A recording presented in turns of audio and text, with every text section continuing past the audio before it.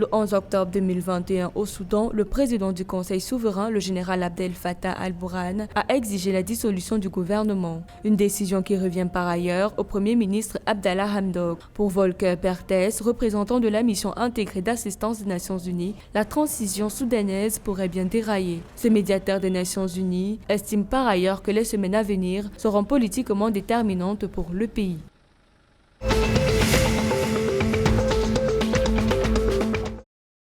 La Cour mondiale de justice se prononce en faveur de la Somalie dans le différend frontalier avec le Kenya. Suite au jugement rendu à La Haye le mardi 11 octobre 2021, la ligne frontière devrait être ajustée afin de ne pas produire un résultat déraisonnable pour la Somalie. Le tribunal a jugé qu'il est nécessaire de déplacer la ligne frontalière entre la Somalie et le Kenya vers le nord d'une manière raisonnable et mutuellement équilibrée. Une nouvelle qui laisse par ailleurs le ministre somalien de l'Information, Osman Dube, sans voix. Il a ainsi fait un tweet pour préciser que ce succès ne serait pas venu facilement sans lutte et sacrifice.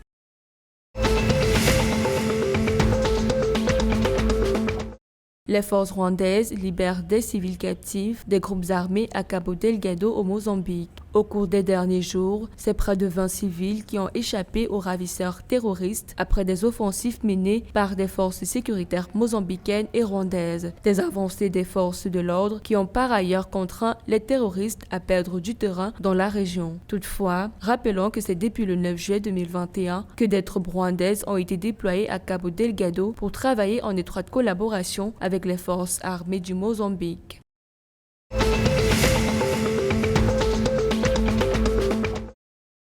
En Ouganda, le président Yoweri Museveni révoque sa décision d'abolir la taxe sur l'or fin. Suite à la décision de l'exécutif d'introduire une nouvelle taxe sur l'or traité et non traité après avoir aboli celle sur les redevances sur l'or, une résistance est manifestée chez les négociants. Les négociants ont par ailleurs décidé de retenir tout l'or exporté au cours des mois précédents, une attitude que les autorités qualifient d'ailleurs de commerce illicite. Rappelons qu'en 2017, le président ougandais Yoweri Museveni avait aboli la taxe sur les redevances sur l'or fin en vue d'encourager son afflux dans le pays.